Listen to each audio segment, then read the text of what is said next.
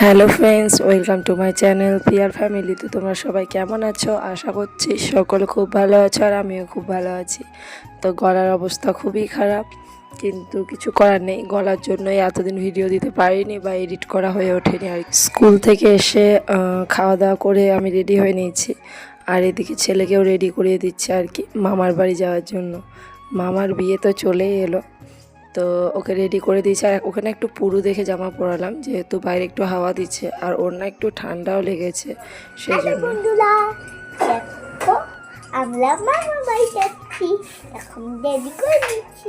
মা এখন রেডি করবে। দেখো আমি এখন এখন দেখি। Bye bye. আমার দেখা দেখি ছেলেও ব্লগার হয়ে গেছে, তো ক্যামেরাটা ওখানে রেখেছিলাম, ফোনটাকে আর কি। তো দেখলাম ওই নিজের মনে বকে গেছে আর কি। তো কথাগুলো বেশ ভালোই লাগলো আমার শুনতে, সেই জন্যই দিয়ে দিলাম। তো তোমাদের কেমন লাগলো কথাগুলো শুনতে জানিও। ও না মানে দেখেছে এডিট করা, তো সেই দেখে আর কি, মানে দেখে না সরি শুনে আর কি ও শিখে নিয়েছে। আর এখন বাচ্চা তো যেটাই দেখবে বা যেটাই শুনবে সেটাই শিখবে, এটাই স্বাভাবিক। তো সেই জন্যই বেরিয়ে পড়েছিলাম। তারপরে এই যে রামপুরহাটে নেমে এখানে এক গ্লাস আখের রস খেয়ে নিলাম, যেহেতু ছেলের খুব পছন্দ এই আখের রস আর কি। তো সেই জন্য বাবা যেহেতু এখন আসেও নি নিতে, বাবা আসবে নিতে রামপুরহাট থেকে, সেজন্য ওতে আমাদের দুজনে এক গ্লাস খেয়ে নিলাম। বড় গ্লাস দিইনি, আসলে ঠান্ডা লেগেছে, তো আখের রস খেলে না আরও ঠান্ডা লেগে যাবে, সেই জন্যই ছোটো গ্লাসে দিলাম। তারপর এই যে চলে এসেছি বিয়ে বাড়ি। তো আমাদের বাড়িতেই প্যান্ডেল, যেহেতু দাদাদের বাড়ি আর আমাদের বাড়ি এক উঠোনে, তো গোটা উঠোন জুড়ে একদম প্যান্ডেল হয়েছে।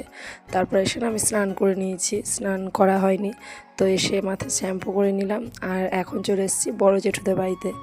আজকে দাদার আইবুড়ো ভাত খাওয়া হবে, তবে হ্যাঁ ওর আগে আমরাই খেয়ে নিলাম।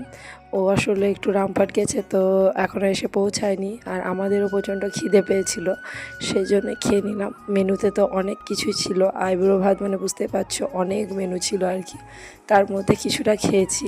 তারপরে এই যে এখানে চলছে আড্ডা, দুই দিদি, জেঠু, মামা, জেঠু সবাই মিলে আর কি। আজ রামপাটে নেমে প্লাকও করে নিয়েছিলাম, আর আমার না বাড়ি আসতে অনেকটাই দেরি হয়েছিল। বাবা সোনার দোকান ঢুকেছিল, তো অনেকটাই দেরি হয়ে গেছিলো, আর বেলাও হয়ে গেছিলো, তাই মাথাতে একটু ব্যথা করছিল। আর এই যে আমাদের বিয়ের পাত্র এতক্ষণে বাড়ি ফিরছে আর কি বাজার থেকে, আর ও একটা শেরওয়ানি কিনেছে, ওটাই দেখাচ্ছে যে দেখ ভালো লাগছে নাকি। আর এই যে বাজার হাট। তো যাই হোক, তারপর একটু বসে আড্ডা টাড্ডা মেরে এখন আমি যাচ্ছি দিদির এরোপ্লেনে করে ঘুরতে। আসলে এই এরোপ্লেনে চেপে না একবার আমার পায়ে হাঁটুতে অ্যাক্সিডেন্ট হয়ে গেছে আজকেই আর কি। অন্য একটা বিয়ে ছিল, ওইখানে একটা বাস ছিল, তো ওতে লাগিয়ে দিয়েছে। তারপরও বুকে সাহস নিয়ে আবার চেপেছি দিদির এরোপ্লেনে আর কি, জানি না কোথায় গিয়ে ফেলবে। আসলে রাত্রেও দিদির বাড়িতে খাওয়া দাওয়া হবে, তো সেজন্য চিকেন নিতে গেছিলাম। আর ওখানে আমার একটু মনে হলো ডিম চপ আর ব্রেড চপ খাই, তো ও বললো যে দুজনে মিলে হাফাহাফি করে খাবো আর কি দিদিতে আমাদের, সেই জন্য বেশি নিইনি, একটা ডিম চপ আর একটা ব্রেড চপ নিয়েছি। চিকেন যেহেতু কাটতে দিদি মানে বলে এলো, তো ততক্ষণ বসে থেকে কী করবো, একটু খাওয়া দাওয়া করা যাক আর কি। আর এখানে না ব্রেড চপের থেকে ডিপ চপটা মানে দারুণ ছিল খেতে আর কি। যদিও দিনে আমরা অনেক কিছু খাওয়া দাওয়া করেছি, তাও আর কি দেখলাম বিয়ের মধ্যে থাকবো আর তো খাওয়া যাবে না আর কি, আর সেই জন্যই। আর এই জায়গাটা মানে যেখানে বিক্রি করে এটা না একদম গ্রামের বাইরে, তো মানে গ্রাম ঢোকার মুখে আর কি, তো গ্রামের বাইরে বলা চলে। বিয়ের আগে তো খুব এসছি দিদি আর আমি, এখন আর আসা হয় না, তাই এই যে এখন দুজনে মিলে জমিয়ে খাওয়া দাওয়া চলছে। আর এই দিদির এরোপ্লেনটা না অনেক পুরনো, সরি সাইকেলটা, আসলে আর কি করে বললাম, কারণ এই সাইকেলটা না মানে একবার প্যাডেল করলে অনেক দূর চলে যায়, মানে প্রচণ্ড স্পিড, সেই জন্য এরোপ্লেন বললাম। তারপরে এই যে এখানে দিদিতে আমাদের খাওয়া দাওয়া করছি। আর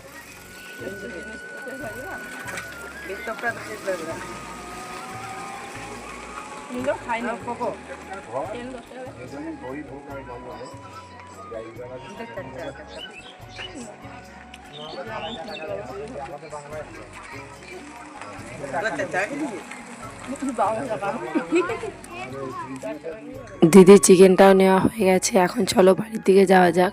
আর এই যে সন্ধ্যেতে আমার প্রিয় চকলেটটা খেয়ে নিয়েছি আর কি, ছেলে একটা আমি একটা। তারপর দিদিদের বাড়ি থেকে খাওয়া দাওয়া করে এসে এখন চলেছি উপরে শুতে। তো চলো আজকের মতো গুড নাইট, টাটা।